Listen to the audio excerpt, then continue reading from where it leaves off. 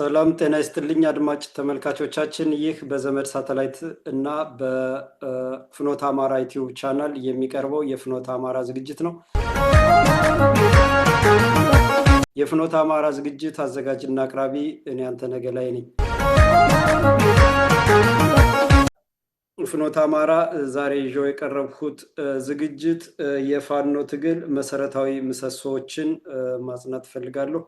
ምክንያቱም ወቅቱ ጸረ አማራዎች፣ የአማራ ጠሎች፣ የአማራ ገዳዮች፣ የአማራ አስገዳዮች፣ የአማራ ጠሎች፣ ቅጥረኛ ባንዳዎች፣ ሰርጎ ገቦች ሁሉም ምስቅልቅል ውስጥ የገባበት ዝብርቅርቁ እየወጣ ያለበት ወቅት ላይ ስለሆነ የፋኖ ትግል መሰረታዊ ምሰሶዎችን ለአማራ ህልውና ፍትህና አገር አድን ትግል ለሚዋደቀው ፋኖ ለመላው አማራ ህዝብ በህልውና ትግል ላይ ለሚገኘው አማራ ህዝብና ህልውናው ሰላሙ ደህንነቱ ለሚገደው የአገሩ መፍረስና መጪ ዕጣ ፈንታው የሚያሰጋው ኢትዮጵያዊ በሙሉ እነዚህን የፋኖ የአማራ ህልውና የፍትህና አገር አድን ትግል ምሰሶዎችን መሰረታዊ ምሰሶዎችን እንዲያውቅ ያስፈልጋል ማለት ነው። ምክንያቱም የአማራ ህልውና የመላው ኢትዮጵያውያን ህልውና ነው። የአማራ ህልውና መረጋገጥ የኢትዮጵያ ቀጣይነት መረጋገጥ ነው። የአማራ እንደ ጠላቶቻችን ምኞትና ቅዠት ከሆነ የአማራ መጥፋት የኢትዮጵያ መጥፋት ነው። የሌላው ኢትዮጵያዊም ቀሪው እስካሁን የተጨፈጨፈው እስካሁን የተደበደበው መከራውን የሚበላው በዋና በመጨረሻ በሚባለው አስደንጋጭ ጭፍጨፋ ተጨፍጭፎ ቀሪው ይጨፈለቅና ትግረኛ ተናጋሪ ሀገር ሰሜን፣ ኦሮምኛ ተናጋሪ ሀገር ማዕከላዊና ምስራቁን ሶማሊያ ለማድረግ የሚካሄደው አካል እውን ይሆናል ማለት ነው። ስለዚህ ይሄ ቅዠት፣ ይሄ ሰይጣናዊ ጭራቃዊ አስተሳሰብ የወራሪዎች፣ የመጤዎች፣ የዘረኞች፣ የተገንጣዮች ዘር ማጥፋት ሀገር ክህደት ወንጀል የሚከሽፈው አማራ ሲያሸንፍና ህልውናውን ሲያረጋግጥ ነው ማለት ነው። ምክንያቱም ይህን ወንጀል እየፈጸሙ ያሉት ወያኔ ትህነግ፣ የትግራይ ህዝቦች ነፃነት ግንባር፣ የኦሮሞ ህዝቦች ነፃነት ግንባር ብለው የተነሱት እነዚህ ነፃ ለመውጣት አማራን ማጥፋት ማለት ነው እና ቅኝ እየተገዛን ነው የሚሉ እና እነዚህ ድርጅት ያቆሙት ሰዎች ማንነት መጤዎች ናቸው። ለኢትዮጵያን ባዕዳን ናቸው። ኢትዮጵያን ማድማት፣ ኢትዮጵያን ማፍረስ፣ ኢትዮጵያን ማራከስ፣ ኢትዮጵያን ማጎሳቆል፣ ኢትዮጵያን በቀይ ግዛት ማስያዝ ምኞታቸው፣ ህልማቸው ነው። የኋላ ታሪካቸውም ይሄን ነው የሚገልጸን። የእናት አባቶቻቸው ማንነትም ይሄንን ነው የሚነግረን። ጣሊያን ኢትዮጵያን በሁለተኛው ዙር በወረረች ጊዜ ወቅት ኢትዮጵያን ለማዳን ኢትዮጵያውያንን ከባርነት ኢትዮጵያን ከቅኝ ግዛት ለማዳን የአማራ አርበኞች ሲፋለሙ የኦሮሞ ልሂቃን ደጃዝማች ገረሱ አመንቴ የሚባል ሰው ለእንግሊዞች ሞግዚት ሁኑንና እንገንጠል እያሉ ተገንጣይነትን ሲያቀነቅኑ ነበር። ወያኔዎች በሁለቱም የጣሊያን ዙር ወረራ ወቅት በመጀመሪያውም በሁለተኛውም የጣሊያን ልሂቃን የትግሬን ህዝቦች እያሰለፉ ኢትዮጵያውያን አርበኞችን ሲወጉና ኢትዮጵያን ሲያስወጉ የነበረ ነው ታሪካቸው። የዘመነ መሳፍንትን ማምጣት እና ይሄ ባንዳነት ታሪክ፣ መጤነት፣ የወራሪነት ታሪክ አሁንም እየተተገበረ ነው እና ይሄ ነፃነት ግንባር ወይ ማጥፋት ወይ መጥፋት ስለሆነ ከኢትዮጵያውያን ጋር ከአማራ ጋር በተለይ ያለው ሁኔታ ወይ ማጥፋት አማራን አጥፍቶ አገር ማቆም አለበለዚያ መጥፋት ስለሆነ መጥፋታቸውን የሚሆነው አማራ አሸንፎ ህልውናውን ሲያረጋግጥ ነው ማለት ነው። ስለዚህ በዚህ ወቅት የሚደረጉ እንቅስቃሴዎችን ለመቃኘት እንደው እስኪ የዓለሙን ሁኔታ መዳሰስ ያስፈልገናል። ይሄም ወሳኝ ነው ለህልውና ትግላችን። በዓለም ላይ በሀያላኑ መንግስታት የሚደረጉ ጦርነቶች አሉ እዚህም እዛም እና እነዚህ ጦርነቶች በበላይነት የኃይል የበላይነትን ለማረጋገጥ የሚደረጉ ናቸው። የኃይል የበላይነትን እንደው ምንድን ነው የኃይል የበላይነትን የሚለውም ለማብራራት አንደኛ የቴክኖሎጂ የበላይነትን፣ ቴክኖሎጂ የጦር ቴክኖሎጂንም የሲቪል አጠቃቀም ቴክኖሎጂውንም ይሄ የአርቲፊሻል ኢንተለጀንሱ የመጨረሻ የሆነውንም እንግዲህ አርቲፊሻል ኢንተለጀንሱ ሂዶ አድርጎ ይሄ ኤአይ የሚባለው ዲጂታል መታወቂያ ተብሎ ይሄ ፋይዳ እየተባለ የሚደረገው ኢትዮጵያ ውስጥ ኢትዮጵያውያን በመብራት አጣው በሳምንት አንድ ቀንና በሳምንት ሁለት ቀን መብራት እየመጣ አጠቃላይ የኃይል አቅርቦቱ ግን ለዚህ ለኤአይ ዳታ ለሚሰበሰብበት ገቢ ተደርጎ ለዛ እያገለገለ ዲጂታል አይዲ የሚባለው ሰዎችን በዲጂታል ለመቆጣጠር የሚደረገው ይሄድና ተፈጥሯዊ ከሆነው ከእግዚአብሔር ከመለኮቱ ኃይል ጋር ነው ጦርነቱን የሚያደርገው። ምክንያቱም የሰውን ልጅ ደፍቆ አስገድዶ በቁጥጥር ውስጥ ካስገባ በኋላ የህይወት ማነቆዎችን እንቅስቃሴዎችን ገድቦ ካነቀ በኋላ ዲጂታል የሚባለውን ችፕሱን ምኑን በእጅ ላይ በግንባር ላይ መቅበሩን ምናምን በቀጣይ ይጀመራል። ያንን ካደረገ በኋላ እንቅስቃሴው ከእግዚአብሔር ኃይል ጋር ከመለኮቱ ኃይል ጋር ስለሆነ ጦርነት የሚገባው ያ እንቅስቃሴ የመጨረሻው ይሆናል ማለት ነው። ስለዚህ የቴክኖሎጂ የጦር ኃይልን እና መሰሎችን የበላይነት ነው አንደኛው የኃይል የበላይነትን በዓለም ላይ። ሁለተኛው የኃይል ምንጭ ይሄ ነዳጅ ዘይትን መቆጣጠር ነው። ሶስት ይሄንንም ማረጋገጥ ነው። እንግዲህ አንድ ሀያል የሚባል ሀገር ከሚያስፈልጉት አንዱ ካለከልካይ የኃይል ምንጩ እንዳይቋረጥ ወይንም በሌላ ኃይል ቁጥጥር ውስጥ እንዳይወድቅ ሉዓላዊነቱን እንዳያስደፍረው የሚያደርግ ነው ማለት ነው። ይሄ ውድድር ነው። ሶስተኛው የባህር ንግድ መስመሮችን መቆጣጠር ነው። የባህር ንግድ መስመሮች በተለይ ደግሞ ወሽመጦች በጣም ወሳኝ ናቸው። እነዚህን ለመቆጣጠር እና የበላይነትን ለማረጋገጥ ነው። አራተኛው ስትራቴጂካዊ ጥምረቶችን መፍጠር ነው። ይህ ስትራቴጂካዊ ጥምረቶች በጂኦፖለቲክሱ ማን ከማን ጋር ማን ጥቅሜን ያስከብርልኛል፣ ማን ይወጋኛል፣ ማን ያከስረኛል፣ ማን ያዋጣኛል የሚለውን የጂኦፖለቲክስ አሊያንስ የሚፈጥር ነው ማለት ነው።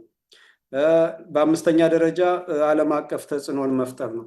ዓለም አቀፍ ተጽዕኖን መፍጠር ለዚህ ሲባል ጦርነቶች ይደረጋሉ በሰባሰበቡ ማለት ነው። ለምሳሌ ራሽያ ከዩክሬን ጋር የሚያደርገው ጦርነት የውክልና ጦርነት ነው። ከአሜሪካ እና ከምዕራባውያኑ ጋር ነው ራሽያ እያደረገ ያለው ጦርነት የኃይል የበላይነትን ማለት ነው። የእስካሁኑን የዓለም እንቅስቃሴ ካየነው በአሜሪካ በብቸኝነት የዚህ የምዕራባውያን በቡችላነት አስፈጻሚ እንደ ሲጠሯቸው አቤት የሚሉ ተከታይ አጨብጫቢነት ሆኖ የአሜሪካ በበላይነት ፈላጭ ቆራጭ የነበረበት ነው እስካሁን የነበረው። ይሄውም በቴክኖሎጂ የበላይነት የአሜሪካ ቴክኖሎጂ ነበር። የጦር የበላይነት የአሜሪካ ነበረ። ዶላር ዓለም አቀፍ መገበያያ ገንዘብ ነው። ከዶላር ውጭ ሌላ ዓለም አቀፍ በተለይ ደግሞ የፔትሮ ዶላር ነዳጅንና ዘይትን የመሳሰሉ ነገሮች ዓለም አቀፍ ግዢዎች እና ግንኙነቶች በዶላር ናቸው እና ከእያንዳንዷ ዶላር የምትገባው ገቢ ለአሜሪካ ትልቁ አቅምና የገቢ ምንጭ ነበረ። ሌላው ስዊፍት ነው፣ ዓለም አቀፍ ዝውውር የሚደረግበት ሲስተም አሁንም በአሜሪካን ቁጥጥር ስር ነው። ሌላው የባህር ኃይል ነው። የባህር ኃይል የባህር መስመሮች እና የባህር ኃይል መቆጣጠር ነው።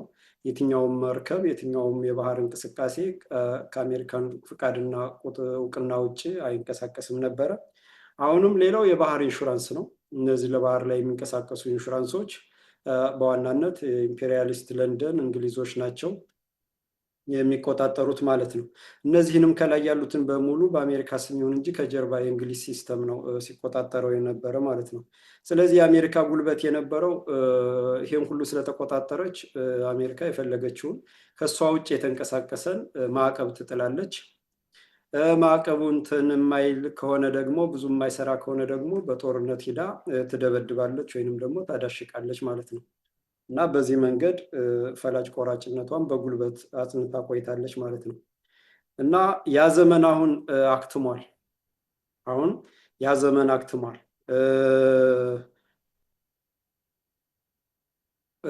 ምንድነው ይሄ ዩኒፖላር የሚባለው የብቸኝነት ፈላጭ ቆራጭነት አምባገነንነት አብቅቶ አሁን አሜሪካ እየተፍጨረጨረች የምትገኘው ዶላሩን ለማጽናት ከፍተኛ መፍጨርጨር ላይ ነው። ፋብሪካዎችን መልሶ ለመገንባት እና ወደ ውጭ ወጡትን ወደ አሜሪካ ለመመለስ እና የዓለም አቀፍ የባህር የንግድ መስመሮችን በራሷ ቁጥጥር ውስጥ ለማቆየት ነው ይሄ ሁሉ ግብግብ የሚደረገው ማለት ነው። እነዚህ ደግሞ ሊሳኩ አይችሉም። ዶላሩ ኦልሬዲ በቻይና ገንዘብ፣ በራሽያ ገንዘብ፣ በህንድ ገንዘብ ብዙ ገንዘቦች መጥተው መገበያያ ሆነዋል። ስዊፍት የሚተካ ሌላ ሲስተም ተዘርግቷል። የባህር ኢንሹራንስ እና የባህር እንቅስቃሴዎች ሌሎች ነገሮች እየተተኩ ናቸው። ዓለምን በሰው ልጅ በሲቪሉ አጠቃቀምም ሆነ በጦርነት አጠቃቀሙ በጂፒኤስ በብቸኝነት ተቆጣጠረው የነበረች አሜሪካ ነች። አሁን ጂፒኤስ አማራጭ መጥቷል። አማራጭ የቻይናዎች አለ፣ የራሽያዎች አለ። እና ያ ሁሉ የበላይነቱን አጠፋው ማለት ነው። እና ያ ዘመን አሁን አክትሟል ማለት ነው። አክትሞ ወደ መሽመድመድ እና ወደ ዝቅ ማለት ወደ መንበርከክ እየተሄደ አደብ ገዝቶ ሌላውን አክብሮ ወደ መኖር አደብ ያስገዛል ማለት ነው እንቅስቃሴው። ይሄንን የምልበት ምክንያቱም ከኛ ህልውና ጋር የአሜሪካኖች እና የምዕራባውያን ተጽዕኖ በዋናነት ወያኔን በማብቃት ኦነግን በመፍጠር ኦሮሞ የሚለውን ስም ለምሳሌ ኦሮሞ የሚለውን ስም በኦሮምኛ ቋንቋ ለኦሮሞ ህዝብም ለቋንቋውም ባዕዳን ነው። ኦሮሞ የጀርመኖች ናቸው ኦሮሞ የሚል ፈጥረው ኦሮሞ ብሔርተኝነትን ያበቁት። ስለዚህ ያንን ፈጥረው አብቅተው አሜሪካኖች በገንዘብ ፖሊሲ እያወጡ የጥፋት ተልኳቸውን የኢምፔሪያሊስት የካፒታሊስት አጥፊ ተልኳቸውን ሲያስፈጽሙ የኖሩት በእነዚህ አጥፊ ኃይሎች ወራሪ፣ ዘረኛ፣ ተገንጣይ መጤዎች እነሱ እጃቸው ከባድ ስለነበረ ነው። አይኤምኤፍ እና ወርልድ ባንክ እያሉ ዘር ለሚያጠፉት ሀገር ለሚያፈርሱትና ለሚሸጡት ያላሰለሰ የገንዘብ የዶላር ፍሰት ሲያደርጉ የዲፕሎማሲ ድጋፍ ሲያደርጉ ዘሩ የሚጠፋው እንደ ዲሞክራሲና ለሰብአዊ መብት ቁመናል እያሉ ግን ዘሩ እየጠፋ ህዝብ መንግስት ነው በተባለው ኃይል በድሮን እየተደበደበ አይተው እንዳላዩ በመሆን እንደውም እያድበሰበሱና እያጠፉ ጩኸቱ ሲበረታባቸው ደግሞ የማይጠቅም ተልካሻና ውዳቂ ሪፖርት እያወጡ ይሄ ለቀይ ግዛት ይመቸናል ብለው በፈጠሯቸው የአሜሪካ ድምፅ ሬዲዮ፣ የጀርመን ድምፅ ሬዲዮ፣ ይሄ ቢቢሲ፣ ሲኤንኤን በሚባል የሰው ልጅ ጭንቅላት ማጠቢያና ማሳሳቻ ሚዲያዎች እያሳሳቱ በተቋሞቻቸውም ንጆ ብለው ግብረሰናይ ድርጅት ብለው ባቋቋሟቸው የተሳሳተ መረጃን እያዛቡ ዘር መጥፋትን ሲሸፍኑ ሲደብቁ፣ ዘር አጥፊዎችን ሲሸልሙ ሲያነግሱ ስለቆዩ የእነዚህ መንኮታኮት ለኢትዮጵያም ብቻ ሳይሆን ለመላው አፍሪካም ለመላው ጭቁን ህዝብም አስፈላጊ ነው ማለት ነው። ምክንያቱም አቅምን አዳብሮ እያዳሸቁ በጦርነት በብድር በገንዘብ ማነቆ ውስጥ አድርጎ ህዝቡ ሀገሬው እንዲሰደድ ዘሩ እንዲጠፋ የቀውስ ምድሩ እንዲሆን ማድረግ ኃጢአት ስለሆነ ሌላ አይደለም። ምክንያቱ ይሄ ኃጢአት ስለሆነ ማለት ነው። ዛሬ በእኛ ላይ የተፈጸመው በእኛ ላይ መሳደድ፣ ዘር ማጥፋት የተፈጸመው በእነሱ ላይ ሲሆን ያዩታል። ዝቅ ብሎ መኖር እና የጥፋት እንትን ምን እንደሆነ ያዩታል። በእርግጥ ይህንን ፖለቲካ የሚመሩት የእንግሊዝ ኢምፔሪያሊስቶች እና ከበርቴዎች እነዚህ ፖለቲካውን የተቆጣጠሩት የፖለቲካ ኤሊቶች ቢሆንም ህዝቡ እንደ ህዝብ በየትኛውም ሀገር የሚኖረው ህዝብ እንደ ህዝብ ነው። ግን ያንን ህዝብ የሚያንቀሳቅሰው የፖለቲካ መሪ ከዛ ህዝብ አስተሳሰብ ጋር ግንኙነት ባይኖረውም ፖለቲካው ግን ራን እስካደረገ ድረስ የአሜሪካ ፖለቲከኞች ምናምን አይባልም። አሜሪካ ነው የሚባለው። አሜሪካ እዚህ ሀገር ገባች፣ አሜሪካ እንደበደበች ነው የሚባለው እንጂ ወደ ሌላ ነገር አይሄድም ማለት ነው። ስለዚህ አሁን ለምሳሌ ሰሞኑን የአሜሪካ የዚህ የአፍሪካ ቅኝ ገዢው ጦር ከኢትዮጵያ ጋር ከዘር አጥፊው ጋር ከወራሪው ጦር ጋር ህዝቡን የመንግስትን ስልጣን ተቆጣጥሮ ግብር የሚከፍለውን አገር የመሰረተውን አገር ያጸናውን አገር ጠብቆ ያቆየውን ህዝብ በድሮን የሚጨፈጭፍን በከባድ መሳሪያ ስቃይ የሚያበላን ኢኮኖሚውን አበላሽቶ አገሪቷን ሽጦ በቅኝ ግዛት ስር ያስደረገውን ስርዓት ጋር ሽርጉድ እያሉ ነው አብሮ መስራት አብሮ ምናምን እየተባለ ማለት ነው። ይሄም የአሜሪካንን ወንጀለኛነት የሚያሳይ ነው። ዲሞክራሲና ፍትሐዊነት የሚባለው ውሸት፣ ማጭበርበሪያ፣ ማታለያ መሆኑን መገንዘብ ያስፈልጋል ማለት ነው።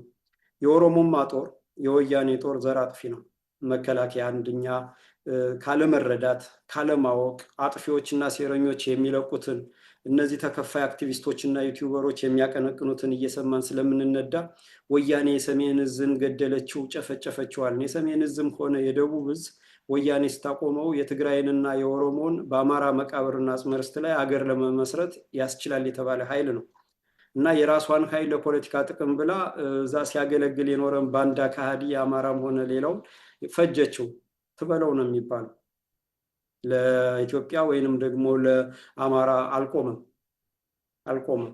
ይሄ ተቋም ነፃ ቢሆን ኑሮ ይሄ ተቋም ግልጽ ነፃነት ያለው ትክክለኛ የሀገር ተጠሪ ተቋም የሀገር መከላከያ ቢሆን ኑሮ በቤት አማራ እና በትግራይ አንበጣ ሲከሰት የትግሬን አጥፍቶ የቤት አማራውን እናቶች እንደዛ ሲያደርጉ እያየ ዝም አይልም ነበር።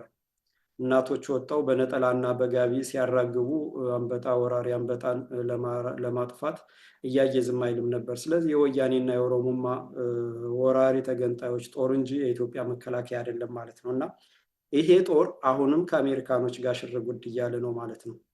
የፈለጉትን ይበሉ፣ የፈለጉትን ያድርጉ፣ ርዕዮታቸው ተበላሽቶ የሄዱበት የጥፋትና የዲስትራክሽን መንገድ አልቆ እነሱን የሚገዳደርና በጥፊ የሚያላጋ ኃይል እየመጣባቸው ስለሆነ ያ ለኛ ለጭቁኖች፣ ዘራችን ለጠፋው፣ ለተሳደድኖች፣ ለተደበደብኖች፣ በድሮን ለተደበደብኖች አቤት ብንል ሰሚ ላጣኖች ፍትህ ነው ማለት ነው። እግዚአብሔር የሚያወርደው ፍትህ ነው ማለት ነው። እግዚአብሔር የሚቀጣልን ማለት ነው። እና ይሄን ሁሉ አሁን አሜሪካ ጋር የአሜሪካ ጦር የምን ሴንቲኮም ምናምን የሚባል የሚባል ጨፍላቂ አምባገነን ጦር ከኢትዮጵያ ጦር ጋር ምናምን እንዲህ አይነት ድራማ ህዝብ እየሰማ መታለል የለበትም። ፍትሃዊ አይደለም። የአሜሪካ ጦር ፍትሃዊ አይደለም። ምክንያቱም ፍትሃዊ ቢሆን ኑሮ የኢትዮጵያ ጦር ተብየው የወራሪዎች ጦር በድሮን ህዝብ ንጹሐንን በመስጊድም በቤተክርስቲያንም በገበያ ሲደበድብ ማስቆም ነበረበት። እንደሚቀባጠሩት እና እንደሚያጭበረብሩት ለዲሞክራሲ እና ሰብአዊ ምናምን እንደሚሉት አታላዮች አታላይነታቸው የተጋለጠበት ነው ማለት ነው። ስለዚህ እንደዚህ አይነት የዓለም ሁኔታዎችን መከታተል እና ሁሉም ያበቃለት መሆኑን መገንዘብ ያስፈልጋል። ማንም የፈለገውን ሰው ሊገሉ ይችላሉ። አሁን የሚግደሉ ግን ከመሸነፍ ወደ አይድኑም። አማራንም ከማሸነፍ አያቆሙትም፣ አይመልሱትም ማለት ነው። ስለዚህ ይሄንን ካል ሌላው አሁንም ግርግር ደግሞ የምንታገላቸው ዘራችንን ያጠፉት ሀገራችንን የሸጡትና እያፈረሱ የሚገኙት ኃይላት ከግለሰብ ጀምሮ እስከ አፓርታይዱ አገዛዝ የብልጽግና አገዛዝ የሚደረገውን መያዣ መገረዣ የሌለው ጭንቀት የወለደው ግርግር እንዳበደው ውሻ እዚህ ምዛም መዝለል ምናምን ትንሽ ነካ ማድረግ እፈልጋለሁ። እንደው ከግለሰብ ብንጀምር እና አስቴር በዳኔ ምናምን ጩኸት አንድ እምነት አንድ ሀገር መስርቻለሁ የሚለው የኢትዮጵያ ኦርቶዶክስ ተዋህዶ እምነት ለእንደ አስቴር አይነቱ ከሃዲ ባንዳ ልጅ ኢትዮጵያ ኦርቶዶክስ ተዋህዶ ክርስትና እምነት ሀገር አጽንታለች፣ ሀገር አቆይታለች፣ ትውልድ አንጻለች። ይሉኝታ ያለው ትውልድ፣ ፈራህ እግዚአብሔር ያለው ትውልድ፣ አንተ ትብስ እኔ ትብስ እኔ ብስ የሚል ትውልድ፣ አርቆ አሳቢ ትውልድ ፈጥራለች። ልሂቃንን አብቅታለች። ዓለም ላይ የሚመጻደቀው ሳይንስ በሙሉ ከኢትዮጵያ እየተሰረቁ ይህች ቤተክርስቲያን ከጻፈቻቸው በብራና ከጻፈቻቸው በግዕዝ ቋንቋዋ ከጻፈቻቸው የተሰረቁ የወጡት የእሱ አያቶች ቅድመ አያቶች እየሸጡና እያወጡ ከላኩት መጽሐፎች የተቀዱ ናቸው። የጭራቁ ዓለም የሚመጻደቅበት ሳይንስና ቴክኖሎጂ ከዛ የተወሰደ ነው። እና አስቴር በዳኔ የባንዳ ልጅ፣ የወራሪ ልጅ፣ የመጤ ልጅ እምነትን ለመግለጽ ያለውን ነባራዊ ሁኔታ በአንቻፍ መውቀሱ የድንጋጤን ይገልጻል ማለት ነው። አስቴር በዳኔ እንዳንድ ግለሰብ አይደለችም፣ ብዙውን ትወክላለች። ረፊ እኛን አትወክም፣ ኦሮሞን አትወክም እስካላላት ድረስ ትወክላለች ማለት ነው። ስለዚህ የእሷን መሰልና የእሷን አስተሳሰብ የሚጋራ በሙሉ ልቡ የራራደ ሱሪው የረጠበ ነው ማለት ነው። እና የአማራ ህዝብም ሀገሩን ምናምን ባለቤት ነው። የአማራ ህዝብ በብቸኝነት ሁሉ ማለት ይችላል። በቃ ኢትዮጵያ መስራች ነው። የሚቀየር የሚፋቅ ምናምን አይደለም፣ በተግባር የተደረገ ነው። ታሪክን መፋቅ አይቻልም። ይገለበጣል እንጂ መፋቅ አይቻልም። የሚገለበጠው እንዴት ነው? አማራን አጥፍቶ የአማራን ታሪክ የኔ ነው ብሎ መጻፍ ማለት ነው። ልክ ወያኔ ትግሬዎች እንደሚያደርጉት፣ ያንቺ አለቆችም እንደሚያደርጉት ስርዓተ ትምህርቱ ላይ ታሪክን እየገለበጡ የሌለውን ቦታ እየጻፉ እንደሚያስተምሩት ምናምን ማለት ነው። ሐረር ራሱን የቻለ ሀገር ነበረ። ራስ ዳሸን የትግሬ ነው፣ ላሊበላ የትግራይ ነው። እንደዚህ አባቶቻችን የኦሮሞ እንደዚህ የገዳ ምናምን የሚባለው ይሄ ብልት የሚቆርጠውን ደም የሚጠጣውን በ40 ዓመቱ የሚገረዘውን ምናምን እንደ ባህል እየቆጠረ የሚወራው ሁሉ እዚህ ግባ የሚባል አይደለም። ከልማቱ ይልቅ ጥፋቱ የበዛ የባንዳነትና የወራሪነት ምልክት መገለጫ መሆኑን ነው። እና ይሄም አስቴር በዳኔ ብትዩ ከፍ ብታረጊው ዝቅ ብታረጊው ልታዋርጂው ብትሞክሪ ትዋረጃለሽ እንጂ እውነታው አይቀየርም ማለት ነው። ሌላው እነ ጀዋር መሐመድ ኮልኮሌውን ሰብስቦ የሚያደርገው ምናምን ይሄ አማራ ጀዋር መሐመድ ወንጀለኛ ነው፣ ለፍርድ የሚቀርብ ነው። ጀዋር መሐመድ በአደባባይ ወጡ አማራን አስፈጅቻለሁ ባደረኩት እንቅስቃሴና ጥሪ ህዝብ ታርዷል፣ ህዝብ ተዘግዝቆ ተወግሯል፣ ቤተክርስቲያን ተቃጥሏል። አማራ ናቸው እየተባሉ ቤት ተዘግቶባቸው ተቃጥለዋል። በሻሸመኔና በሌሎች አካባቢዎች፣ በሐረርና በሁሉም አካባቢ አላለም። ስለዚህ ይሄ ወንጀለኛ ነው፣ ለፍርድ የሚቀርብ ሰው ነው። ይሄንን መናኛ ወንጀለኛ ጥያቄ የሚጠይቅ ውዳቂ አማራ አለ። ውዳቂ ማንነቱን እንዳያውቅ የተደረገ ማንነቱን ታሪኩን በውል መርምሮ የማያውቅ ክብሩንና ስብናውን የማያውቅ የፍትህ ምንነትን የማያውቅ ወንጀለኛን ጥያቄ የሚጠይቅ ውዳቂዎች ምናምን አሉ። እንዲህ አይነቱ ሁሉ ከንቱ ነው። እዚህ ጋር ትኩረትን ማስፋትን ትኩረት መስጠት አያስፈልግም፣ ነባራዊ ሁኔታ ስለማይለውጥ ማለት ነው። ሌላ ማህበራትና ድርጅቶች ምናምን አሉ። ባለፈው ይችን ዝም ብለው አንዳንድ አማራ መሰል በአማራ ስም የሚጠሩ ከሁለት ከሶስት የተወለዱ አማራ ጠሎች አሉ እና ዘር መጥፋት ይቁም፣ ዘር ማጥፋት ይቁም፣ ዜጎች እየተገደሉ ነው ምናምን እያሉ የሚጮሁ ማለት ነው። ማን መታሰቢያ ምናምን የሚባሉትን ሰብስበው እና አንዳንድ ደግሞ ያፈሰሱ ደካማ አማራ ሆነው ዝም ብለው ወኔያቸው የተሰለበ ምሁራንን ተብዬዎችን አቅርበው እነዛን የሚመጻደቁ ያውም አንዳንዶች በስማቸው ነው እንጂ ውስጣቸው አማራ አይደለም። የዘር ግንዳቸውም ደማቸውም አማራ አይደለም። በአማራ ስም እንዲያጭበረብሩ የድብቆ ኃይል ከመጋረጃ ጀርባ የሚዘውረው ኃይል የቀጠራቸው ናቸው።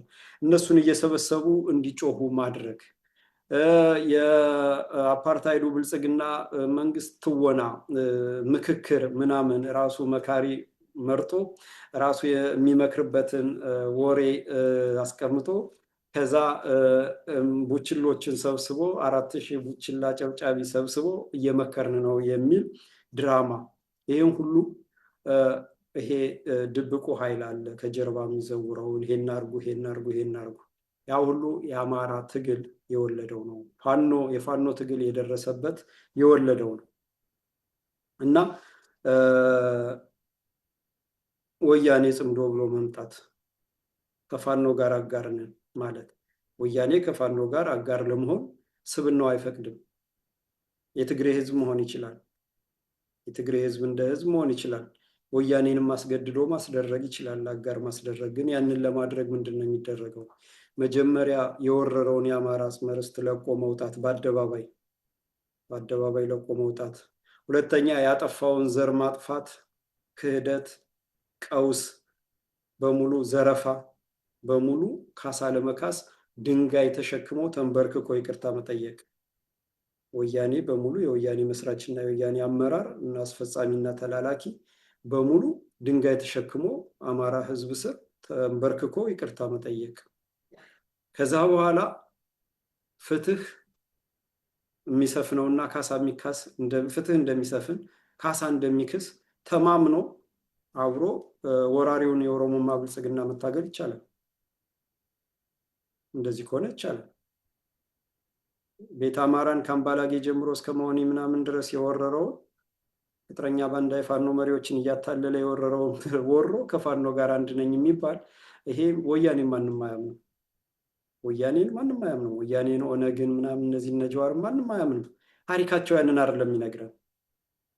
ዚያድ ባሬ ሶማሌን ወራለሁ ብሎ በአሜሪካኖች እየታገዘ ኢትዮጵያን በወረረበት ወቅት የወያኔዎች ኦነጎች እነዚህ ሀሳዊ ኢትዮጵያኒስቶች የእስክንድር አለቆች እነ አንዳርጋቸው ጽጌ ናምን ዘለቀ ወዘተ የሀፓዎች ማለት ነው የኢትዮጵያን ጦር ሲወጉ ነበር። የኢትዮጵያን ጦር ዳር ድንበሩን ሊያስከብር የወጣን ጦር ሲወጉ የነበሩ ናቸው። ከሃዲዎች ናቸው። ታሪካቸው፣ ቤተሰቦቻቸው፣ የቤተሰቦቻቸው ማንነት፣ አያት ቅድመ አያቶቻቸው ባንዳነት የሚነግረን መካድ፣ አገር መውጋት፣ አማራን መግደል፣ ኢትዮጵያን ለማፍረስ ከአፍራሾች ጋር መታዘዝ፣ ለአፍራሾች መታዘዝ ማለት ነው። ይሄ ስለሆነ አሁንም ወያኔ ይህንን ታሪክ ረስቶ ቅጥረኛ ባንዳዎችን ቀጥሮ አሰልጥኖ ያሰማራቸውን ተጠቅሞ ከፋኖ ጋር አንድ ነኝ የማጭበርበር ነው። የትም አይደርስም። ጽዋው እስኪሞላ ድረስ ማታለለው፣ ህዝቡን ማምታታት ምናምን ይቻላል። ቅጥረኛ ባንዳዎች ግን አሁን የቅጥረኛ ባንዳዎች ጽዋ ሞልቶ ማንነታቸው ካባቸው ተገፏል። ዘመነ ካሴ እንደ ድሮው ዘመነ ካሴ አይደለም። ያ የሚያታልልበት የሚያጭበረብርበት ዘመን አልፏል። እስክንድር ነጋ፣ ሀብቴ ወልዴ፣ ጌታ አስራደ፣ ሰለሞን አጠና፣ መከታው ማሞ፣ አስረስ ማረ ዳምጤ ምናምን ካባቸው ተገፏል። በተግባራቸው ገለው አስገድለው አርደው አሳርደው ትግሉን አምታተው አዙሪት ውስጥ ከተው ታውቀዋል። ጽዋው ሞላ። ከዚህ በኋላ ፍርድ ነው የሚጠብቃቸው፣ ህዝባዊ ፍርድ ነው የሚጠብቃቸው። ስለዚህ ከእነዚህ ጋር ሆኖ የሚደረግ ጥምረት በሙሉ የትም አይደርስም። አበቃ። ምክንያቱም እንትኑ ሁኔታው አጠቃላይ ሁኔታው ይሄድና ይገፋና ገደሉ ጫፍ ያደርሳቸዋል። እዚህ ጋር ያላወቀው መንጋው ምናምን አብሮ ሊነዳ ይችላል። ግን ይሄድና እኩል ገደል ላይ ሲደርስ ያኔ ይገባዋል ማለት ነው። በቅልቦና የሚነዳ መንጋ አለ። በቅልቦና የሚነዳው መንጋ ዘመነ ካሴ ወይንም እስክንድር ነጋ ወይንም ማስረስ ማረ ዳምጤ ወይንም ጌታ አስራደ ወይንም መከታው ማሞ ታግሎ ነፃ ያወጣኛል የሚል ተስፋን ይጭናል በስነ ልቦ ነው። እና እነዚህ ባንዳነታቸው ሲነገር ያ ተስፋው የጨለመ እየመሰለው እሾህ ይሆናል። ቆም ብሎ ማዳመጥ አይፈልግም። ቀጥታ ስድብ ምናምን ነው። ስሜቱ ይረበሻል፣ ስሜቱ ይነካል። በቅልቦና ለሚነዳው ማለት ነው። ስሜቱ ሲረበሽ እና ሲነካ ስድብ ውስጥ ይገባል እንጂ ቆም ብሎ አይመረምርም። ያ መንጋ ሂዶ ገደሉ ጫፍ ሲደርስ እና ይዘውት ወደ ጨለማ መንገድ ወደ ሲኦል እየመሩት እንደሆነ የሚገባው መጨረሻ ላይ ነው። አሁን በዚህ ወቅት ላይ ለአንዳንድ በቅልቦና ለሚሳደቡ መስሏቸው ምናምን የሚጮሁት ምናምን ጊዜ ማጥፋት አያስፈልግም። እነዚህማ እስካሁን ያልተማረን ማስተማር አይቻልም። ከዚህ በኋላ ጥቂት እውነተኞች እውነቱን ይዞ መቀጠል ነው። ጽናት እውነትን መያዝ ነው። ጠላት በራሱ ተፍረሽርሾ የሚጠፋል እንኳንና እንደዚህ እየተቀጠቀጠ ማለት ነው። ዛሬ ምዕራብ ጎጃም አካባቢ ለሚደረገው ጦርነት እና አስረስ ማረ ዳምጤ ናቸው መረጃ የሚያቀብሉት። እና አስረስ ማረ ዳምጤ ናቸው ምዕራብ ጎጃም እና ምስራቅ ጎጃም ብለው ከፍለው በቅልቦና የሚነዳውን በግራና በቀኝ አሰልፈው እዛ አካባቢ ያለውን ለማስደብደብ እየሰሩ ያሉት። ነገ ይወጣል ይሁን ታሪክ ማለት ነው። ስለዚህ ዛሬ ላይ እንደዛ እያስደበደቡ ጎጃም ላይ ሪፎርም አደረግን ይላሉ። ጥቂት ጀግኖችን ከበውና ጠርንፈው ቅጥረኛና አስመሳዩን ባንዳ በአዴን ቤት የነበረውን ወያኔ የላከችውን በሙሉ አስገብተው ስርዓቱን ለመምሰል እምነቱን የካደውን ጸረ ማርያሙን ሰብስበው ስልጣን ሰጠን ምናምን ብለው እና አስረስ ማረ ዳምጤ ከወያኔ ጋር ሰራለሁ ያለ ቅጥረኛ ባንዳ የክልል አቃቢ ሕጉን አማራን ሲበላ ሲያስበላ የኖረ ቅጥረኛ ባንዳ እሱ ለሚሰራው ሪፎርም ተቀብሎ የሚያጨበጭብ መንጋ አለ። ያ የሚያጨበጭበው መንጋም አሁንም ወደ ሲኦል መሄዱን ሲኦሉ በር ላይ ሲደርስ ስለሚገባው ከዛ ጋር መደናቆር አያስፈልግም። ጀግኖች በያሉበት እንዲጸኑ ለአማራ ህልውና ለፍትህና ለሀገር አድን ትግል የሚዋደቁት እግዚአብሔር የሚጠብቃቸው እነሱን እገዛ ማድረግ። ለእውነትና ለሀቅ የቆመው ሚዲያው አያውቀውም። ወሬ አይችልም፣ ወሬ ማጣፈጥ አይችልም። ፎቶ ፖለቲካ የዚህና አስረስ እነ ዘመነ እነ እስክንድር ያመጡትን የፎቶ ፖለቲካ አያውቅም። የፕሮፓጋንዳ ጀግንነት አያውቅም። ቅጥረኛ ተከፋይ አክቲቪስት አያውቀውም። አንድም የጎጃም አክቲቪስት አንድም የመልካም ሞላ ምናምን ተከፋይ ደና የነበረች ልጅ መዓዛ መሐመድ ወያኔዋ እነ አሳየ ደርቤ ወያኔ ብአዴኖች እነ በለጠ ካሳ እነ በላይ ማናየ በሙሉ ይሄ ተከፋይ ነው። ኬንያ ኡጋንዳ እንዲከትም የተደረገ ቅጥረኛ ባንዳ በሙሉ ትክክለኛውን አይዘግቡም። ለምን? ወያኔም ብአዴንም ኦሮሞማ ብልጽግና ኦነግም በሚድኑበት መንገድ ላይ ቅጥረኛ ባንዳዎችን አንግሰው ካልሆነ በስተቀር እውነትን አይዘግቡም፣ አይፈቀድላቸውም። ጉሮሯቸው ይታነቃል፣ ክፍያው ይቆማል፣ ወይንም ይታሰራሉ፣ ወይንም ይደበደባሉ፣ ወይንም ወደ ጓሮ ወስደው አሽተው አስርበው አብልዘው በርሜል በረዶ በሰራ ቀዝቃዛ ውስጥ በበርሜል ዘፍዝፈው ያመጧቸዋል ማለት ነው። ስለዚህ እንደዛ ስለሆነ እውነትና ሀቁን አይዘግቡም ማለት ነው። ጎንደር ላይ ለሚደረገው ፍልሚያ አብዛኛው ለሚፋለመው ለሚዋደቀው ጀግና አማራ ለቁርጠኛ የአማራ ማዕፀን ላፈራቸው ጀግኖች ሳይሆን ለቅጥረኛ ባንዳዎች ለነ ጌታ አስራደ ለነ ሰለሞን አጠና ለትግሬው ለነ ዮሐንስ ንጉሱ ነው የሚጨበጨበው። እና ያ ሁሉ ጩኸት የትግሉን ሁኔታ አይቀይረውም፣ ሂደት አይቀይረውም። ምክንያቱም በርዕዮተ ዓለም የሞተን በተግባር በህዝብ የተጠላን ወንጀል የፈጸመን ዘር ያጠፋን እንቅስቃሴ በእንትን አይቆምም ማለት ነው። በማምታታት በትወናና በድራማ አይቆምም ማለት ነው። ገፊ ኃይሉ እውነታው ነው። ገፊ ኃይሉ እውነታው እስከሆነ ድረስ ከውጭ የሚደረግ ትብተባ አንድ ሁለት ቀን ማምሻ እድሜ ይገዛል እንጂ ሌላ የሚያመጣው ነገር የለም ማለት ነው። ስለዚህ ይሄንን መሰረትን ያዝ ማለት ነው። ይሄንን ካልኩ ወደ ዛሬው ዋናው ዝግጅት ስገባ የፋኖ ትግል መሰረታዊ ምሰሶች፣ የፋኖ የአማራ ህልውና የፍትህና ሀገር አድን ትግል ወሳኝ መሰረታዊ ምሰሶችን አነሳለሁ አንድ ሁለት ብዬ። በዚህ ሂደት ውስጥ የፋኖ የአማራ ህልውና የፍትህ ትግል የህልውናና የፍትህ ትግል የቆመበት ምሰሶ ምንን ለማሳካት ነው? ምንን ለማሟላት ነው? ምን ለማድረግ ነው? ይሄ ሁሉ ድራማ የጠቀስኳቸው ያልጠቀስኳቸው አጠቃላይ የሚደረገው ትወናና ግርግር እነዚህ ምሰሶዎች መንገድ ማስቀየር ይችላሉ ወይ? እነዚህ ምሰሶዎች ማስጣስ ይችላሉ ወይ ነው? አይችልም። ስለዚህ በእነዚህ ላይ ጸንተን እንድንቆም፣ እነዚህን ካላደረግን ትግሉን አይደለም ማለት ነው። እነዚህ ምሰሶዎች ናቸው። ስለዚህ አንደኛ የአማራ የህልውናና የደህንነት ጥበቃ ነው። የአማራ የህልውናና የደህንነት ጥበቃ ነው። የአማራ ህዝብ ህይወት፣ እምነት፣ ክብር፣ የሰውነት ክብር፣ የአማራነት ክብር፣ ነፃነት፣ ባህል፣ ታሪክና መሰረታዊ መብቶችና ህልውና በሁሉም ሁኔታ እንዲጠበቅ ማድረግ ነው። በሁሉም መስክ በሁሉም ሁኔታ እንዲጠበቅ ማድረግ ማለት ነው። ይህም የሚሆነው በጉልበት ብቻ ነው። አማራ በህይወት መኖር ህይወት፣ ባህሉ፣ እምነቱ፣ ክብሩ፣ ነፃነቱ፣ ታሪኩ እና አጠቃላይ እሴቱ የእሴቱ ትውፊቶች በሙሉ እንዲከበሩ ማድረግ ነው። የሚከበሩት ደግሞ በጉልበት ብቻ ነው። ይሄ ጥያቄ ጀዋር እንዴት ታየዋለህ? እንደው እንዲህ ቢደረግ ይሄን ቢደረግ የኛ ጥያቄ ከክልሉ ይውጣልን፣ አስረስ ማረ ዳምጤ እንደዚህ እንዲህ አይነት ቅዠት አይደለም የሚያስከብረው፣ ጉልበት ብቻ ነው የሚያስከብረው፣ ጉልበት ብቻ ነው። በቃ አለቀ። ይሄ መሰረት ነው። ከጉልበት ውጭ ሌላ ነገር አደርጋለሁ ማለት የተሸጠ ባንዳ ነው፣ ወይንም ከሃዲ ነው፣ ወይንም ሰርጎ ገብ ነው፣ ወይንም ለማሳሳት የመጣ ነው ማለት ነው። ይህንን መሰረት መያዝ ያስፈልጋል። ሁለተኛው ፍትህ እውነትና ተጠያቂነትን ማረጋገጥ ነው።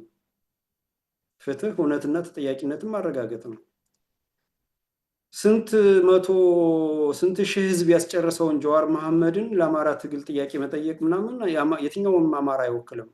ስልጣን የለውም። ወንጀለኛን ቁጭ ብሎ በአማራ ስም ወክሎ ለማናገር ስልጣን የተሰጠው የለም። ወያኔን የትግል አጋር ለማድረግ ዘመነ ካሴ ወይንም አስረስ ማረ ዳምጤ ስልጣን የላቸውም።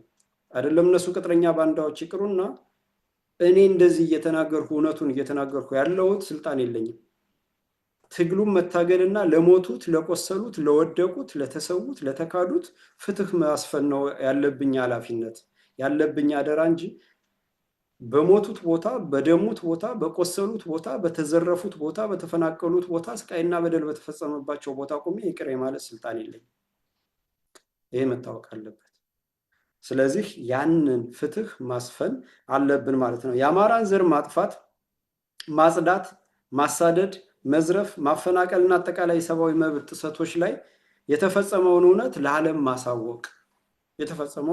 ማሳወቅ በቪዲዮ በፎቶ በሁሉም መስክ ማሳወቅ፣ በሌላው ዓለም እንዳይፈጸም ማድረግ፣ በተፈጸመው ዘር ማጥፋትና አገር ክህደት ተጠያቂነትን ማረጋገጥ የፈጸመው ብአዴን፣ ወያኔ ትህነግ፣ ኦሮሙማ ኦነግ፣ ሀሳዊ ኢትዮጵያኒስቶች፣ አብን፣ ሰማያዊ ፓርቲ፣ ኢዴፓ፣ የነዚህ አመራሮች፣ የነዚህ የጥቅም ሸሪኮች፣ የነዚህ ተላላኪዎች፣ ቅጥረኛ ባንዳዎች፣ ዘመነ ካሴ፣ አስረስ ማረ ዳምጤ፣ እስክንድር ነጋ፣ መከታው ማሞ፣ ጌታ አስራደ፣ እነዚህ ባንዳዎች ፋኖን ተብትበው ግራ የሚያጋቡት ብአዴን የላካቸው፣ ወያኔ የላካቸው፣ ሀሳዊ ኢትዮጵያኒስቶች የላኳቸው፣ ኦሮሞማ ብልጽግና ያስቀመጣቸው ሰርጎ ገቦች በሙሉ እነዚህ ለፍርድ የሚቀርቡ ናቸው ማለት ነው። ለተጎጂ ፍትህ መስጠት እና ፍትሃዊና ተገቢ ካሳ እንዲካስ እንደ ግለሰብ፣ እንደ አካባቢና እንደ ህዝብ ማድረግ ነው። ፍትህ ሲሰፍን እያንዳንዷ ጠብታ ደም፣ እያንዳንዷ 5 ሳንቲም፣ እያንዳንዷ አንድ ጋት መሬት ተመልሳ፣ እያንዳንዷ አንድ ጠብታ ደምና የወደመ ሀብት ንብረት አንዳንድ ሳንቲም ጀምሮ ካሳ ይካሳል ማለት ነው። ስለዚህ ቁስል ይሽራል። ለትውልድ አይደገምም እንዲህ አይነት ነገር ማለት ነው። በእኔ ይብቃ ይሆናል፣ ውሳኔው በእኔ ይብቃ ይሆናል ማለት ነው። እንደ ድሮ በ16ኛው ክፍለ ዘመን ጀምሮ እየጨፈጨፉ ለ21ኛው ክፍለ ዘመን የደረሰው ፍትህ ስላልተሰጠ ነው። ለ160 ዓመታት የትግሬ ልሂቃኖች አማራን እያጠፉ ኢትዮጵያን እየወጉና እያስወጉ የኖሩት ፍትህ ስላልተሰጠ ነው። ፍትህ መሰጠት አለበት። ፍትህ ሲሰጥ የትግሬ ህዝብም ነፃ ይወጣል። የኦሮሞ ህዝቦችም የትግሬ ህዝቦችም ነፃ ይወጣሉ። ፍትህ ካልተሰጠ ግን እነሱም ተጠያቂ ናቸው። እየቆሰሉ እየደሙ ይኖራሉ። እነሱም እረፍት አያገኙም ማለት ነው። ይሄ ትውልድ ደግሞ ከትግሉ ዋናው ማሸነፉ አይደለም፣ ትልቁ ነገር ፍትህ ማስፈኑ ነው። ለተፈጸመችው ዘር ማጥፋት ከአንድ ነፍስ እስከ አንድ ጠብታ ደም፣ ከአንድ ሳንቲም እስከ አንድ ጋት መሬት ድረስ እያንዳንዷን በቁጥር ካሳ ማስካስ፣ ፍትህ ማስፈን ማለት ነው። ሌላው ሶስተኛው የሃይማኖት፣ የባህል፣ የቋንቋ፣ የማንነትና የታሪክ ጥበቃ ነው። ሌላኛው ምሰሶ ማለት ነው። የአማራ ታሪክ፣ ቋንቋ፣ ባህል፣ ሃይማኖት፣ ሃይማኖታዊ እሴቶችና ቅርሶች የተዘረፉትን መመለስ፣ የወደሙትን መልሶ ማነጽ እና ቀሪው እንዲጠበቅና ለቀጣይ ትውልድ እንዲተላለፍ ማድረግ ነው። ይሄ አንዱ የትግሉ ምሰሶ ነው ማለት ነው። አራተኛው የእሴትና የስነ ምግባር ጥበቃ ነው። እሴትን፣ አማራዊ እሴትን፣ የእምነቱን እሴቶች፣ የማንነቱን እሴቶች፣ መገለጫ እሴቶች። ፋኖነት ለምሳሌ ማንነት መገለጫ ነው። ፋኖ እንዳይባል አርበኛ አርበኛ እየተባለ ፋኖ እንዲረሳ ያደርጋሉ። ስልት ነው ይሄ ራሱ፣ ፋኖ ከሰው አፍ ውስጥ እንዲወጣ ማለት ነው። እና ይሄን እሴቶች መጠበቅ ማለት ነው። እና እንዲጠፋ የተደረገውን እውነት፣ ታማኝነት፣ አንድነት፣ መከባበር፣ ኃላፊነት፣ አጠቃላይ እሴቶችን፣ ህዝባዊ አገልግሎት መስጠትን መልሶ መገንባትና ማጠናከር ሌላኛው የፋኖ ትግል መሰረት ነው ማለት ነው። ምሰሶ ነው፣ የትግሉ መሰረት ነው። አምስተኛ የመሬት፣ የንብረት፣ የዜግነት፣ የአማራነት መብቶችን ማስከበር ነው። ህግ፣ ፍትህና እውነትን መሰረት በማድረግ የተወረረ መሬት፣ የተዘረፈና የወደመ ንብረትን መመለስ ማስከበርና ለተፈጸመው ጥፋትና ወንጀል አስፈላጊውን ካሳ መካስ፣ ከአጽመ ርስቱ በመጤ ወራሪዎች የተፈናቀለና የተነቀለ በደህንነትና በክብር ወደ መኖሪያው መመለስ፣ ለተፈጸመባቸው የህይወት፣ የንብረት፣ የሞራልና የጊዜ ለዛ ለተጉላላበትም ጊዜ ካሳ መካስ፣ ለህይወቱ ለጠፋ ህይወት ካሳ ይካሳል፣ ለሞራሉ ለደረሰበት ቀውስ፣ ለተፈጠረበት ትራውማ ካሳ ይካሳል፣ ለንብረቱ ለወደመ ለተዘረፈ ንብረቱ ካሳ ይካሳል፣ በሜዳ በሸለቆ በየጥጋጥጉ ወድቆ ለተሰቃየበት ጊዜ በጊዜው ልክ ካሳ ይካሳል፣ በቀን ተቆጥሮ ማለት ነው። ስድስተኛ የተጎጂዎችን ፈውስና መልሶ ማቋቋም ነው። ተጎጂዎችን መፈወስና መልሶ ማቋቋም ነው። የተፈጠረው ትራውማ የተፈጠረው ቀውስ አእምሮን ያስፈልጋል ማለት ነው። ይህም የትግሉ መሰረት ነው። አንድ የሚሞትለት የትግሉ ምሰሶ ነው። የስነ ልቦና፣ የጤና፣ የኢኮኖሚና የማህበራዊ ድጋፍ በመንግስት በጀትና ተቋማት ተጎጂዎች እንደገና እንዲቋቋሙ ማድረግ ነው።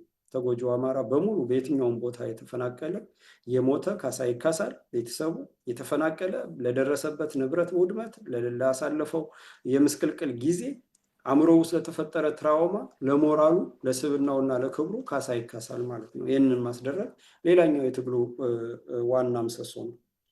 ሰባተኛ ፍትሐዊ አስተዳደርና የህግ የበላይነትን መገንባት ነው። በየትኛውም ፋኖ በተቆጣጠረው አካባቢ አማራ እንደ ህዝብ ብቻ ሳይሆን ወፉም ሆነ አራዊቱ፣ ከብቱም ሆነ በጉ በነፃነት ወጦ መግባቱ መረጋገጥ አለበት ማለት ነው።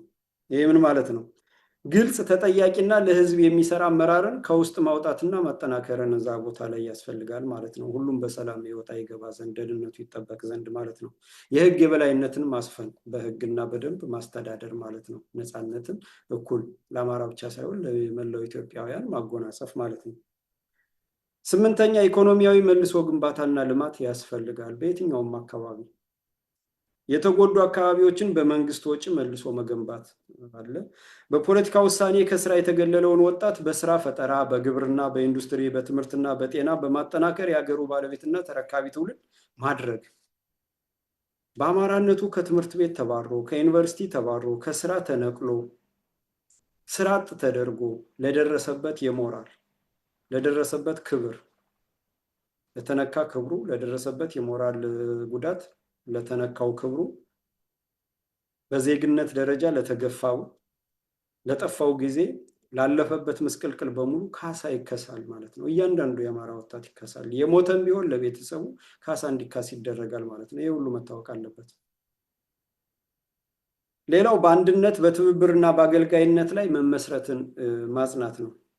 በአማራዊ አንድነት በጋራ አማራና ዓላማና ራዕይ በፍትሐዊነትና በተጠያቂነት ላይ የተመሰረተ ትውልድ መሪና አገር አስቀጣይ ድርጅትና አመራር መገንባትና ማብቃት ነው። እየተገነባ በሂደት የሚመጣ ነው።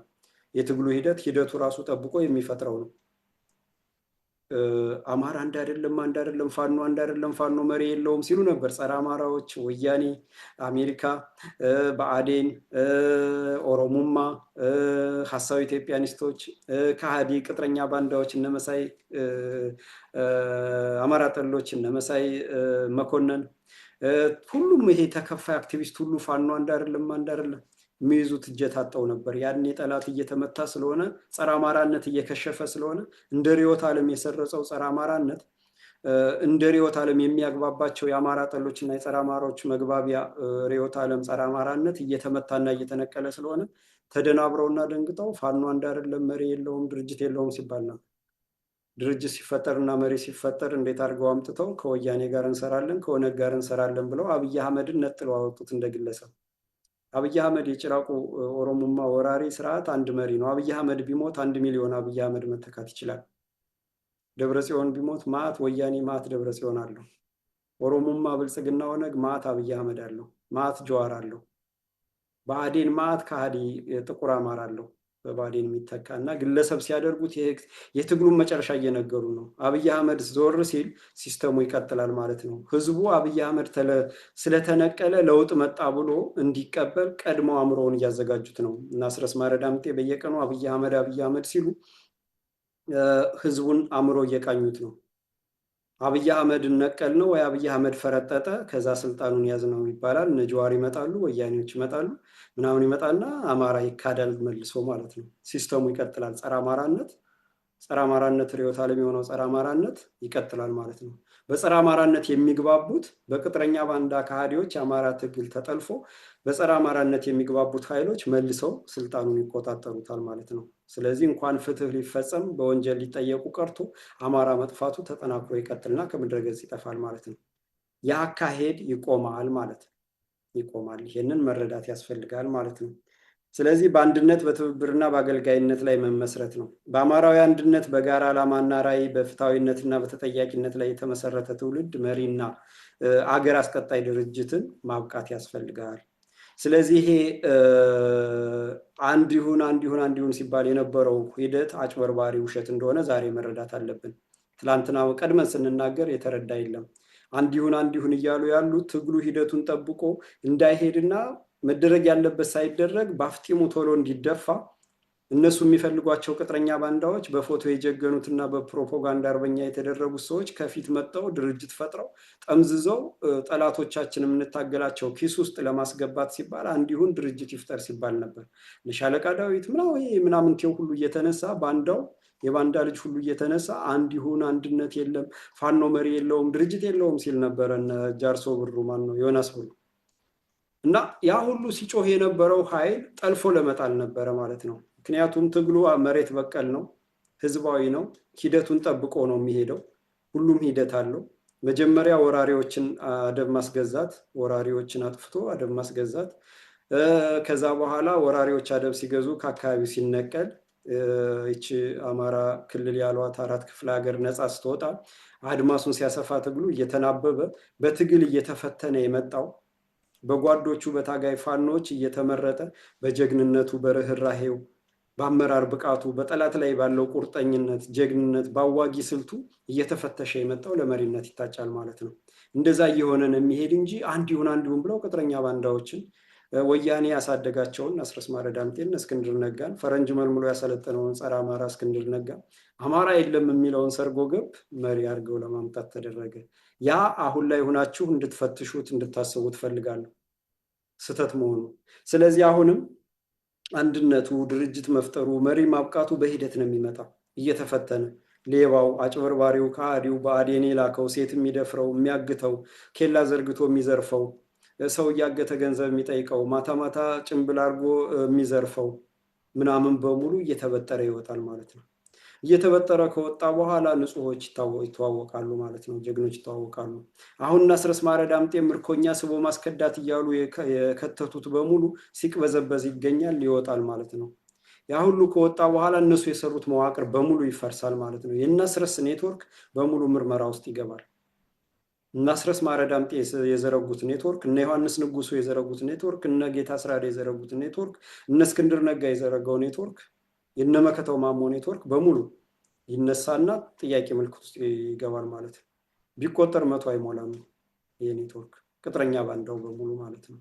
ስለዚህ ጀግኖች ቦታ ያገኛሉ ማለት ነው። ያ ሂደቱን ጠብቆ የሚመጣ ነው። ኦርጋኒክ በሆነ መንገድ እያደገ የሚመጣ ነው ማለት ነው። ሌላው መጨረሻ ያስቀመጥኩት አሁንም ካነሷቸው መሰረታዊ ምሰሶዎች ካልኳቸው ውስጥ ዘላቂ ሰላም ነፃነትና ልማትን ማስፈን ነው። ለሁሉም ስለሚሆን ነው። ይህም አብሮ የሚታሰብ ቅደም ተከተል አንዱ መቅደም አለበት፣ አንዱ በኋላ የሚመጣ ነው፣ አንዱ ከፊት የሚደረግ ነው። ይህ ችግር የለውም። ግን እንደ አጠቃላይ እንደ መሰረታዊ አእምሯችን ውስጥ ካስቀመጥ ነው እነዚህ የሚያታልሉት፣ የሚያጭበረብሩት፣ ሰላም የሚሰብኩት፣ ንግድ፣ ልማት ምናምን የሚሉት በሙሉ መቼ እንደሚደረግ ለማስቀመጥ ነው የሞከርኩት እና ያንን ሁሉ እንድንቃኝ ነው። የአጭበርባሪዎችን መንገድ፣ የአታላዮችን መንገድ ይሄ ድብቁ ኃይል ከመጋረጃ ጀርባ ሆኖ የሚልካቸው እነ ጀዋር መሐመድ እነ ሌሎችም በሙሉ እነዚህ ምሁራን ተብዬዎች ሀሳብ ኢትዮጵያኒስቶች እነ ዳዊት ባንዳ ልጁ እነ ዳዊት ወልደ ጊዮርጊስ እና አንዳርጋቸው ጽጌ ይሄ ምክክር ምናምን ሸንጎ የወያኔ ምናምን የሚባል ኢትዮጵያን ቅኝ እየገዛ የሚገኘው አሜሪካ ማሲንጋ የሚያስተዳድረው ስርዓት እና የሚመራው የሚልከው አለ። ከጀርባ የሚያሰማሩት ኃይል ስላለ የዛኑ ሁሉ ድራማ እንድናውቅ ነው ማለት ነው። ስለዚህ ዘላቂ ሰላም ነፃነትና ልማትን ማስፈን ሌላኛው ምሰሶ ነው፣ የትግሉ ምሰሶ ነው። አማራ አኩሪ ልዕልናውን እና ክብሩን፣ ፍትሃዊነቱንና ጀግንነቱን፣ ነፃነቱንና ደህንነቱን፣ ሰላሙንና ልማቱን በአማራነት ብርቱ ክንዱ ያረጋግጣል። ይህ በአማራነት ብርቱ ክንዱ ያረጋግጣል። እነዚህ ድርድር፣ ቁጭ ብላችሁ ተነጋገሩ፣ እንመካከር ምናምን ውይይት በዚህ ወጥቶ ኢንቶፈንቶ ነው በሙሉ ማለት ነው። ክንድ ብቻ ነው። ወሬ ነው። ወሬው በሌላ ወሬ ይተካል። ፕሮፓጋንዳው በሌላ ፕሮፓጋንዳ ይተካል። ስለዚህ በክንዳችን እንድንተማመን እዛ ጋር መጽናት ያስፈልጋል ማለት ነው። ከሌሎች ኢትዮጵያውያን ጋር በመከባበር እና በመፈቃቀድ በነፃ ህዝብ ታላቅ ሀገር መርህ የሚኖርበት ዘላቂ ወደፊት ራዕይ ይገነባል። ፋኖ ያስገነባል፣ ይገነባል። ባለሙያዎችን መልምሎ አወዳድሮ ምን ብሎ ማለት ነው። ምክንያቱም የአማራ ነፃነትና ደህንነት ቀጣይ የሚሆነው የሌላው ኢትዮጵያዊም ነፃነትና ደህንነት ሲከበር ነው። አብሮ ቀጣይ ሲሆን ነው። ነፃነቱ ደህንነቱ ሲረጋገጥ ነው። የሁሉም ኢትዮጵያዊ ሰላምና ደህንነት ሲረጋገጥ፣ ነፃነት ሲረጋገጥ ኢትዮጵያ እንደ ሀገር ሉዓላዊነቷ ይረጋገጣል ማለት ነው እና እንደ መርህ የማይጣሱ ቀይ መስመሮች አሉ። እንደ መርህ የማይጣሱ ቀይ መስመሮች ወይንም ደግሞ መርህ አድርገን የምንወስዳቸው መሆን የሚገባቸው በሌላም መሆን የማይችሉ ለምሳሌ ዘራችንን ማጥፋትን አጥፊን አጥፍቶ ለማስቆም አጥፊን አጥፍቶ ለማስቆም የተወረረ መሬታችንን ወራሪን ቀጥቶ መመለስ የተፈጸመብንን ዘር ማጥፋትና ግፍ ፍትሃችንን ማግኘት ሰላማችንና ደህንነታችንን አስከብሮ ማስቀጠል እውን የሚሆነው በአማራ ብሔርተኝነት መሆኑን ማስመር አለብን። በቃ አማራ ብለን በመቆም አማራ ብሔርተኝነታችን ነው ፈርጣማ ክንዳችን። የአማራ ብሔርተኝነት እንደ ሌሎች እንደ ወራሪዎች፣ እንደ ዘረኞች፣ እንደ ተገንጣዮች፣ እንደ መጤዎች አይደለም። የአማራ ብሔርተኝነት የኢትዮጵያዊነት አምሳል ነው። ማንነትን መታደግ ኢትዮጵያዊነትን መታደግ ነው። አንድ ሀገር የሚሆነው የሚሞትለት፣ የሚደማለት፣ የሚቆስለት ህዝብ ሲኖር ነው። ኢትዮጵያን ለማፍረስ አማራ ላይ የተዘመተው አማራ ለኢትዮጵያ መስራች ስለሆነ ለኢትዮጵያ የሚሞት የሚቆስል ስለሆነ ይሄንንም በተግባር በተለያዩ ጦርነቶች በተለያዩ ወረራዎች ከዓለም አቀፍ ኃይላት ጋር የራሳቸውን የጦር መሳሪያ አምርተው ከሚመጡት ጋር በሽመልና ባንካሴ እየወጣ ጦራቸውን እየማረከ አረጋግጦ የኖረ ህዝብ መሆኑ ስለታወቀ ነው። ስለዚህ የአማራነት መቆም የአማራ ብሔርተኝነታችን ፈርጣማ ክንዳችን ነው ማለት ነው።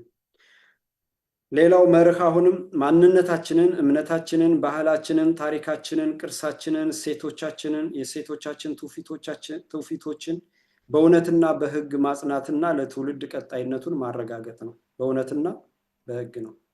በእውነቱን መሰረት አድርገን ህግ ይደነገጋል ማለት ነው እንጂ እነ እዩ ጩፋ ወይንም ደግሞ ማነው አንድ መናኛ የአብይ አህመድ ተላላኪ ፓስተር ነኝ ባይ ምናምንቴ እነሱ እየተነሱ ቤተክርስቲያኑ ሲናዳየሁት የአማራን ባህል ማንቋሸሽ በድራማ በዘፈን በእስክስታውም በማምታታት የታማኝ በየነ ሚስታቸው የኦሮሞነቷ ዛሬ ያወቀችው ቅማሏን አራግፋ ድህነቷን አራግፋ ዛሬ ሰው ስትሆን ኦሮሞነቷ ትዝ ብሏት የአማራን ባህል እየበረዘች እና እየከለሰች የምታበላሸው ማን ፋንታ ምናምን የሚሏት እብድ እስክስታችንን ባህላችንን እያምታታችና እያጠፋች የምትገኘው ሁሉ ይሄ ዘመቻ ነው። ማንነትን መደምሰስ ነው። ማንነት የሚጠፋው ባህሉ ሲጠፋ፣ እምነቱ ሲደመሰስ፣ እሴቱ ሲወድም፣ ታሪኩ ሲገለበጥ፣ ሲፋቅ፣ ቅርሶቹ ሲቃጠሉ፣ ሲወድሙ ማስታወሻ ይሄ ሚሞሪ አጠቃላይ ይጠፋል ማለት ነው። ይሄ ሚሞሪ ከጠፋ በኋላ ሰው ከመሬቱ ሲነቀል አለቀለት፣ ማንነት ጠፋ ማለት ነው እንጂ እያንዳንዱ አማራ 60 ሚሊዮን አማራ ዙረው ገለው ጨርሰው አይደለም ማንነት የሚያጠፉት። ሌላው ራሱን ያጠፋል፣ በሂደት ይጠፋል ማለት ነው። ምናኛ ሆኖ ይጠፋል ማለት ነው። እና ይሄ ሁሉ ይከበራል ማለት ነው። ስለዚህ ይሄ በእውነትና በሕግ ተደንግጎ ነው የሚከበር ማለት ነው። ሌላው መርህ ዘላለማዊ ህልውናችንን ማጽናት፣ የአማራነት ትውፊታችንንና ወደፊታችንን መቃኘት፣ አማራዊ አንድነታችንን መገንባት የምንችለው የአማራነት ርዕዮተ ዓለማችንን በማይለቅ ቀለም ስንጽፈው ነው። በማይለቅ ቀለም መጻፍ ብቻ አይደለም፣ በትውልዱ አእምሮ እንዲቀረጽና እንዲሰርጽ ሲደረግ ነው። ይሄን ማድረግ ይጠበቅብናል ማለት ነው። የአማራነት ርዕዮተ ዓለም አማራነትና ኢትዮጵያዊነት የአንድ ሳንቲም ሁለት ገጽታ ነው። ተለያይቶ የሚታይ አይደለም። አማራ ነኝ ሲል በተመሳሳይ ጊዜ ኢትዮጵያ ነኝ ማለቱ ነው። አማራ ነኝ ብሎ ሲቆም ሀሳዊ ኢትዮጵያኒስቶች የሚቆሙበት ቦታ ስለሌላቸው አማራ እንዳይሆን ያደርጉታል። ለምን? ለነሱ ቀለብ ሰፋሪ የሆነ እንዲጠፋ እነሱ ያድኑኛል ብሎ ተስፋ አድርጎ ተከትሏቸው አሁን እንደደረሰበት በኢሃፓ ጊዜ የገደሉት አስገደሉት። ከዛ በኋላ አሁን ደግሞ ቅንጅት ብለው ምናምን መጡ። ተቃዋሚ ፓርቲ እያሉ አምታቱት። ቅንጅት ብለው መጡ። ግንቦት ሰባት አሉ፣ ኢዜማ ምናምን አሉ። አሁንም እያምታቱት ነው። እና እነዚህ ሀሳዊ ኢትዮጵያኒስቶች እነሱ የሚሉት አማራ አልባ የሆነ ኢትዮጵያን የፈጠራትን አልባ የሆነ ኢትዮጵያ እውን ስለማይሆን እነሱ የሚጠሯት ሀሳዊ ኢትዮጵያኒስቶች ሀሳዊ ያስባላቸው እነሱ የሚጠሯት ኢትዮጵያ ተረከዟ መሬት ስለማትነካ አማራ ነኝ ብሎ ሲቆም በተመሳሳይ ሰዓት ኢትዮጵያዊነቱንም ስለሚያጸና ሞታቸው ሞት ነው ማለት ነው። ለዛ ነው አማራ ብሔርተኝነት የሚጸየፉት እንጂ አማራ ብሔርተኝነት እንደ ኦሮሞ ብሔርተኝነት፣ እንደ ትግሬ ብሔርተኝነት ወራሪ፣ ተገንጣይ፣ ዘረኛ ምናምን እንዳልሆነ ያውቁታል። ግን እነዚህ አጭበርባሪ አታላዮች፣ ቅጥረኞች፣ ለነጩም ለውስጡም ለአረቡም ቅጥረኛ የሆኑት ሀሳዊዎች፣ የፉኝት ልጆች፣ የሰው እድፎች፣ የሰው ቆሻሻዎች አማራ ሆኖ እንዳይቆም ደፋ ቀና እያሉ በዶላር በምን እየተደገፉ እንቅልፍ የሚያጡት አማራ ሆኖ ሲቆም እነሱ ቦታ ስለሌላቸው ነው፣ ቀብራቸው ስለሚፈጸም ነው ማለት ነው። ስለዚህ አማራ ብሔርተኝነታችን ፈርጣማ ክንዳችን፣ ርዕዮተ ዓለማችን አማራነት ርዕዮተ ዓለማችን እና ይሄንን አቅፎ የያዘው በዚህ የሚያስፈጽመው ፋኖነታችን ፋኖ መርሃችን ነው ማለት ነው። ስለዚህ እነዚህን ሁኔታዎች ደጋግመን እናዳምጥ፣ ላልሰማ እናሰማ፣ ያላየ እንዲያይ እናድርግ፣ የዘመድ ሳተላይት ቴሌቪዥን እናስተዋውቅ፣ እናግዝ፣ የፍኖተ አማራ ዩቲዩብ ቻናልን ሰብስክራይብ፣ ሼር እና ላይክ እናድርግ። አጭበርባሪዎችን፣ አታላዮችን፣ እዚህም እዛም የሚዘሉትን እንዳበደ ውሻ የሚናከሱትን ፍጻሜ ሞት እናቀርባለን ማለት ነው። ስለዚህ አየሩን የሞላውን ቶፈንቶ የቅጥረኛ ባንዳው ያስመሳዩ የምኑ ምሁር ነኝ ብሎ የሚያምታታው ዘር ማጥፋት ይቁም ምናምን እያለ ውጣ እንደዚህ በል እየተባለ አታል ሁለት ሰውም ሶስት ሰውም አታጣም እየተባለ ምሁር ነኝ እየተባለ እየተለገበ እዛ ሂዶ ነገር ላሳምር ከቅጥረኛው ጋር ካስመሳዩ ጋር ዘር ማጥፋት ይቁም ሲል አማራ ላሉ ግን አማራ ፕሮፌሰሮች ቀርበው ምናምን ይላሉ። ይሄ ሂዶ ከመናገሩ ይልቅ ከነዚህ ጋር ሂዶ መቀመጡ ወንጀል ነው፣ ያስጠይቃል። ካታላይ ከአጭበርባሪ ጋር አማራ መኖሩ እንደ አማራ ማትቆጥር መታሰቢያ ቀጸላ የምትባል እስስት ጋር ሂዶ ለማስረዳት ለምናምን መሞከር እና እንዲህ አይነት የፉኝት ልጆችን በሚጠየቁበት ጊዜ ይጠየቃሉ። ትውልድ ይጠይቃቸዋል። ሁሉም ነገር አየር ላይ የዋለው ጥፋቱ ልማቱ ተመዝግቧል። ታሪክ መዝግቦታል። በየቤቱ ሁሉም አዳምጦታል። ጊዜው ሲደርስ አንድ ባንድ ይጠየቃል። እንደ ደረጃው በጥፋቱ ልክ፣ ባደረሰው ኪሳራ ልክ፣ በጠፋው ሕይወት ልክ፣ በደረሰው ውድመት ልክ፣ በፈጠረው ምስቅልቅል ልክ፣ በተጫወተው በሞራልና በክብር በነካው ክብር ልክ ሁሉም ይጠየቃል ማለት ነው እና ፍኖተ አማራን ላይክ፣ ሰብስክራይብ፣ ሼር እናድርግ። በሚቀጥለው በሌላ ፕሮግራም እንገናኛለን። የዛሬን ዝግጅቴን እዚህ ጋር ጨርሻለሁ። ሰላም።